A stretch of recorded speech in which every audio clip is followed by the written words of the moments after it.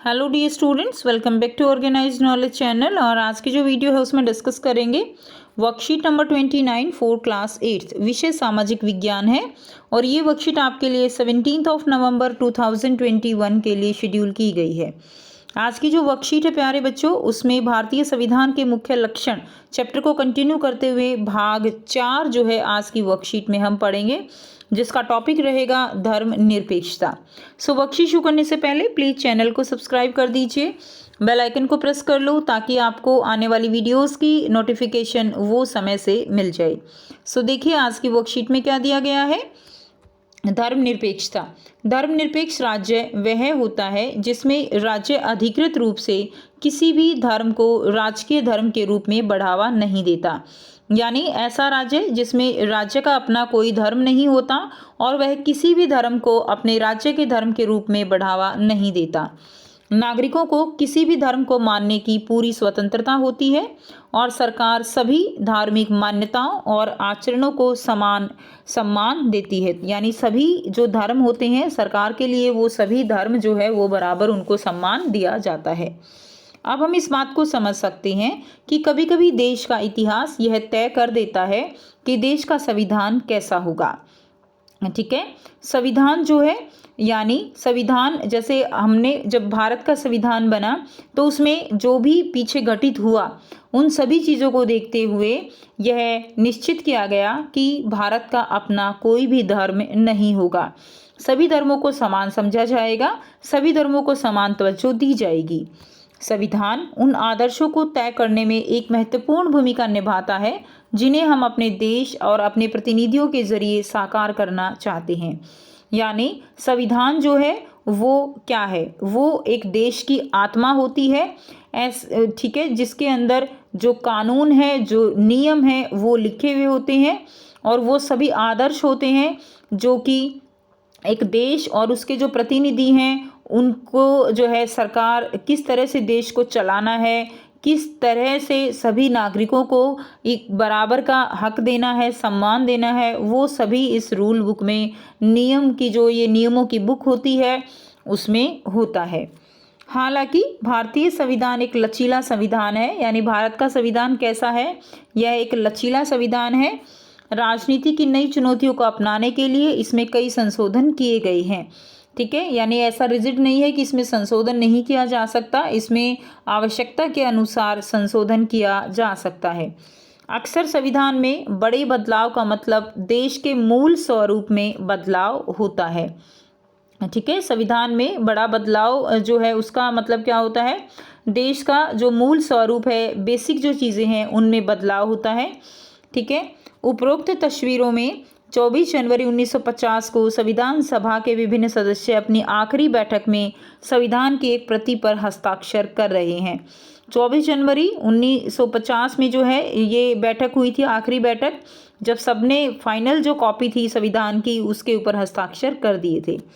बाएं से पहले वाले चित्र में प्रधानमंत्री जवाहरलाल नेहरू दस्तखत कर रहे हैं। ठीक है, दूसरे चित्र में संविधान सभा के अध्यक्ष डॉक्टर राजेंद्र प्रसाद हैं और तीसरे चित्र में दाएं से बाएं क्रम में ये लोग दिखाई दे रहे हैं।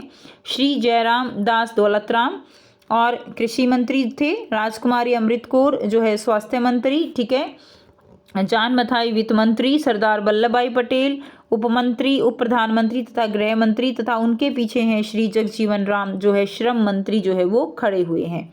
ठीक है, तो इन सब का वर्णन यहाँ पर किया गया है। अब आपको यहाँ पर देखिए बहुत ही आसान से क्वेश्चन दिए गए हैं। सबसे पहले आपको यहाँ पर एक क्रियाकलाप दिया गया है। ठीक है, उसके बाद आपको जो है यहाँ पे क्वेश्चन दिए गए हैं और फिर आपको यहाँ पर कुछ और मुख्य आयाम देकर उनका महत्व आपसे पूछा गया है। तो वन बाय वन हम सारी जो टास्क हैं उनको डिस्कस करेंगे। क्रियाकलाप 1 दिया गया है, इन मुख्य लक्षणों के अलावा संविधान में मौलिक कर्तव्यों का भी उल्लेख किया गया है। तो देखिए संविधान में हमने जो मौलिक अधिकार हैं उनके बारे में पढ़ा, तो उसके अलावा 11 जो है वो क्या है, मौलिक कर्तव्य भी हैं। तो 11 मौलिक कर्तव्यों में से प्रत्येक से संबंधित रेखा चित्र तस्वीर बनाइए। तो आपको जितने भी मौलिक अधिकार हैं 11 उनमें उनसे रिगार्डिंग आपको तस्वीर बनानी है और उन पर कविताएं या गीत लिखिए और कक्षा में चर्चा कीजिए। तो ये एक्टिविटी आप अपनी टीचर के साथ जो है सभी बच्चे मिलकर कर सकते हैं।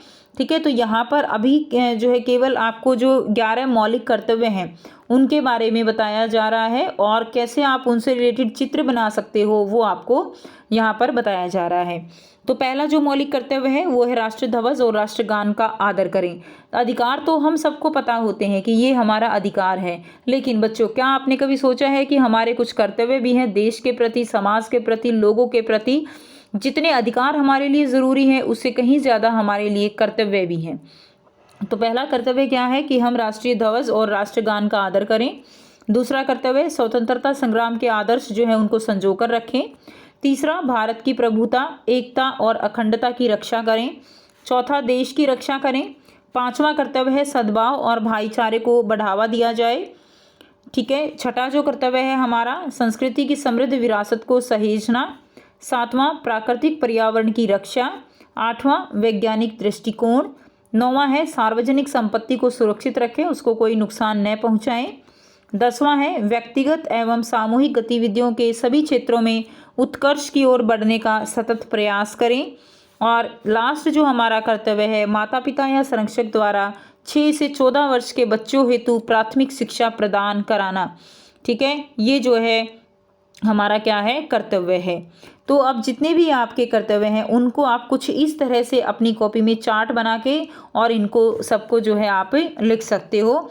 एक पोस्टर भी बना सकते हो, ये भी एक्टिविटी कर सकते हो, गीत भी लिख सकते हो, तो किसी भी तरह की एक्टिविटी आप इसमें कर सकते हो।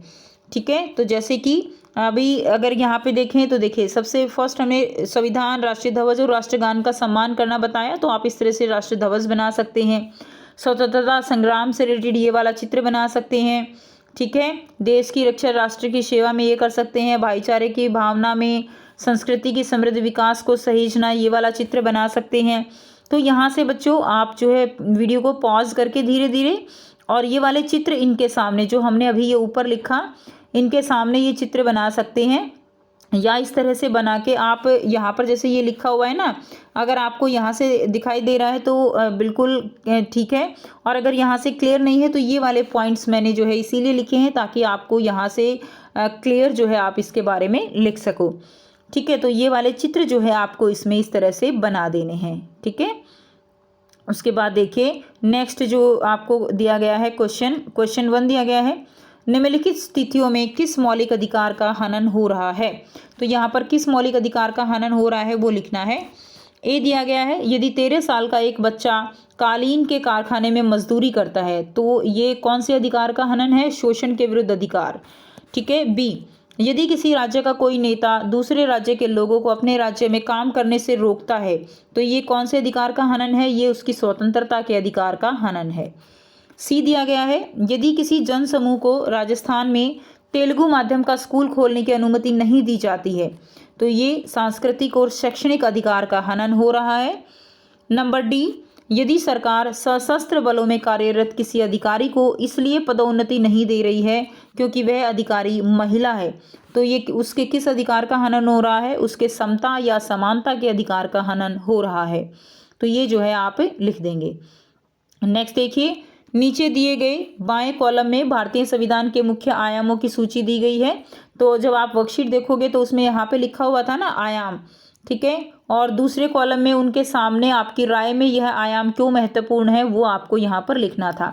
तो आप ऐसे चाहो तो टेबल बना के भी लिख सकते हो। आयाम में आप यहाँ पे लिख दोगे संघवाद, ठीक है, और आप चाहो तो जैसे मैंने लिखा है ऐसे भी आप लिख सकते हो।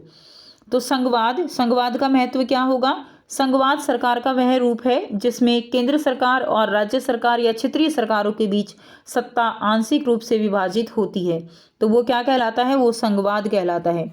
दूसरा है शक्तियों का बंटवारा।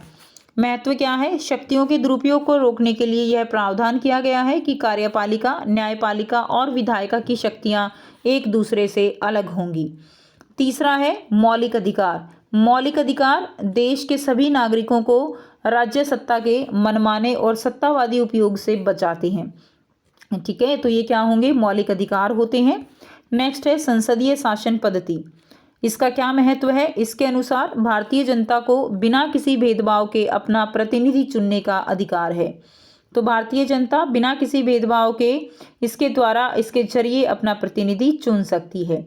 तो ये थी आपकी आज की एसएसटी की वर्कशीट। आई होप सभी स्टूडेंट्स को ये क्लियर है। फिर भी कोई डाउट है तो आप पूछ सकते हो। वीडियो अच्छी लगे तो प्लीज़ लाइक कर दीजिए, शेयर कर दीजिए और चैनल को सब्सक्राइब कर लीजिए। So thanks for watching. मिलते हैं नेक्स्ट वीडियो में नेक्स्ट वर्कशीट के साथ। Take care, bye bye.